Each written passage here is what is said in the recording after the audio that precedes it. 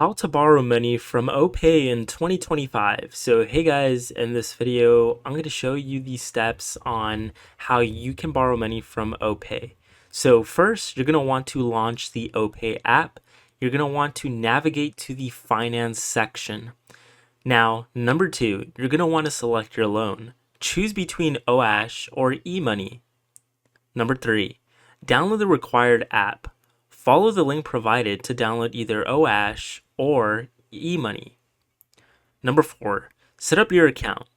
Enter your phone number, verify with an OTP, and set a secure password.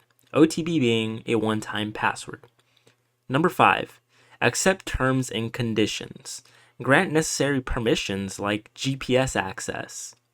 Number six, complete your profile. Fill out the loan application form with your personal details. Number seven, await approval. Your loan application will be reviewed, and if approved, the funds will be dispersed to your account. Thank you guys for watching. If you found it helpful, don't forget to leave a like.